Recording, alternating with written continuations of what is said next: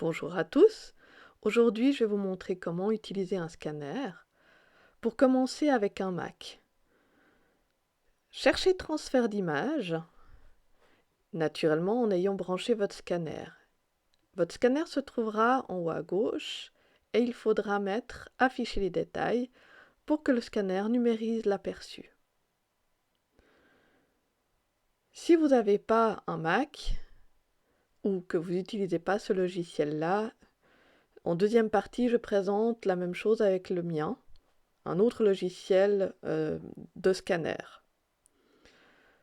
Dans transfert d'image, vous devez faire une sélection, supprimer la précédente et refaire la vôtre, ou utiliser la sélection qui vous a été proposée. Et je vais vous demander de mettre 150 pixels par pouce au minimum, de bien savoir où vous enregistrez votre image, ici sur le bureau, et de lui donner un nom. Sinon, vous ne retrouvez pas vos documents, c'est important. Vous avez la possibilité de choisir, mettez plutôt du JPEG ou du TIFF, c'est égal. Et ensuite, vous pouvez numériser.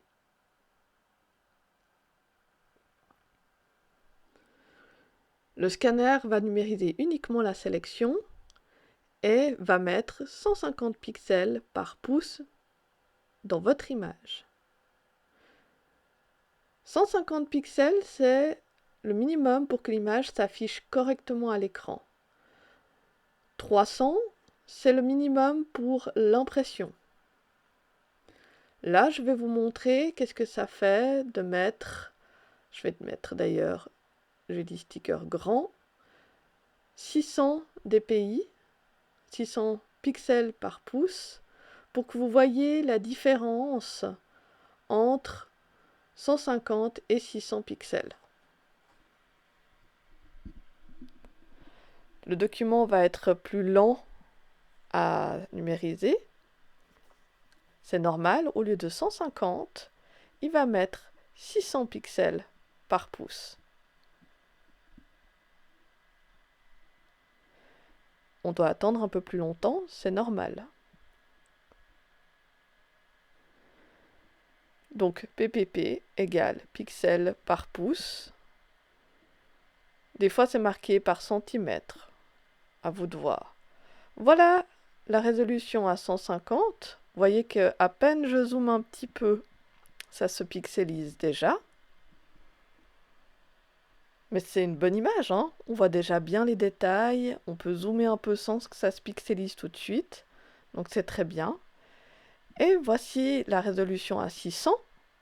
Et là, vous voyez que de premier abord, ça ne change pas grand-chose, mais je peux beaucoup plus zoomer pour tomber sur les premiers pixels.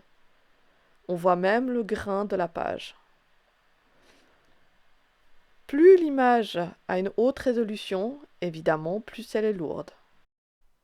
Pour ceux qui n'auraient pas un logiciel comme transfert d'image, mais leur propre logiciel comme moi j'ai ici à la maison. En général, pour tout type de scanner, vous avez des préférences de base pour mail, pour Internet, et des préférences que vous pouvez préenregistrer. Déjà, vous regardez dans quoi ça s'enregistre. Preview, chez moi, c'est aperçu en anglais. Donc, je laisse aperçu, c'est très bien. Ensuite, vous choisissez le type d'image. Comme d'habitude, JPEG ou TIFF, c'est égal, mais si vous prenez JPEG, gardez grand. Là, je vois le chemin du fichier et comment il s'appelle. Je mets modifier et là, je peux donner le nom de mon travail. Alors, je vais dire Julie Sticker, on va dire 2. Et puis, où est-ce que ça atterrit? Au bureau, c'est OK. Autrement, j'aurais mis parcourir. C'est extrêmement important qu'à chaque fois, vous vérifiez où est-ce que vous enregistrez vos documents. C'est le meilleur moyen de les perdre autrement. N'hésitez pas à fouiller un petit peu votre logiciel, à regarder les préférences, à regarder les éléments qu'il y a dessus. et vous reconnaîtrez assez facilement la résolution. Donc là, 150, ça me va très bien. Le nombre de couleurs, dès le moment où c'est en couleur, c'est ce qu'il me faut. Et évidemment, on voit qu'en dessous, il y a le format du document.